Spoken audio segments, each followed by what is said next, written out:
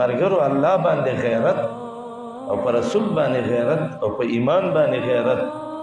دغه ټکی موږ او تاسو مسلمانای لراوستي چې دا کې نه یې مسلمانی چیرته ده او موږ یو زموږ ژوند دی الله دې دا ژوند سل کرته په توفیق شي چې ختم شي دا څه ژوند دی به ژوند هغه ژوند دی چې سړی د الله په قانون تیر کی او د الله په حکم باندې لاړ شي اگر گویم مسلمانم بلرزم وای چې کله ویم چې مسلمان یم وای دا بدن مې داسې ورپیږي کې بینم مشکلات لا اله الا الله دی په سختو مشکلاتو کې قرآن د سړی نه سړی جوړوي پیغمبر د سړی نه سړی جوړوي ته چې په قرآن خفه نه شوې په پیغمبر خفه نه شوې په الله خفه نه شوې او موږ یو زموږ ژوند دی الله دې دا ژوند سل کرته په توفیق شي چې ختم شي دا څه ژوند دی به ژوند هغه ژوند دی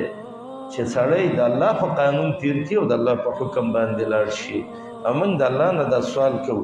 الله که زموږ ژوند کې خیري د اسلام او د مسلمانانو دپاره الله موږ له ښه ژوندونه راکړي او الله که خیر نه وي او هسې اسلام او مسلمانان زموږ د وجې نه بدنامېږي نو الله نږدې وخت کې موږ له د شهادت مرګونه راکړي او د الله نه چې مرګ غواړئ مرګ به د الله نه د شهادت غواړئ والذین یؤذون رسول الله لهم عذاب علیم الله وایي هغه خلک چې رسول الله ته ضرر رسوي دی له ډېر درناک عذاب دی هغه خلکو ته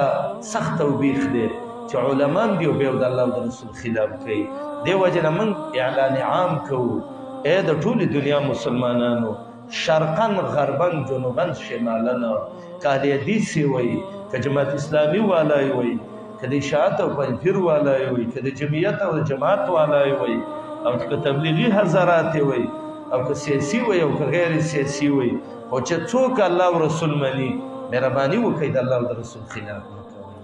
خیر د تنظیم د رسته شي او چې الله او رسول رسته نه شي خیر د خلک د خبرې وکړي او چې الله او رسول په وعیداتو کې رانه شو دا سوچ به نه کوو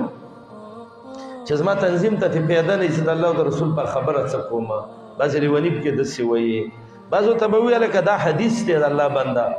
ښایسته پیغمبر ویلی دی سند یې صحیح دی دی به وایي زه به قیامت کې امام صاحب ته څه وایم هغه ما مه شمېره درګاډی ما هغه شی دی امام صاحب ته باندې څه کوي قیامت کې وایي له امام صاحب ته داسې بد عمله ښکاره کېده چې د حدیثو دشمني کوله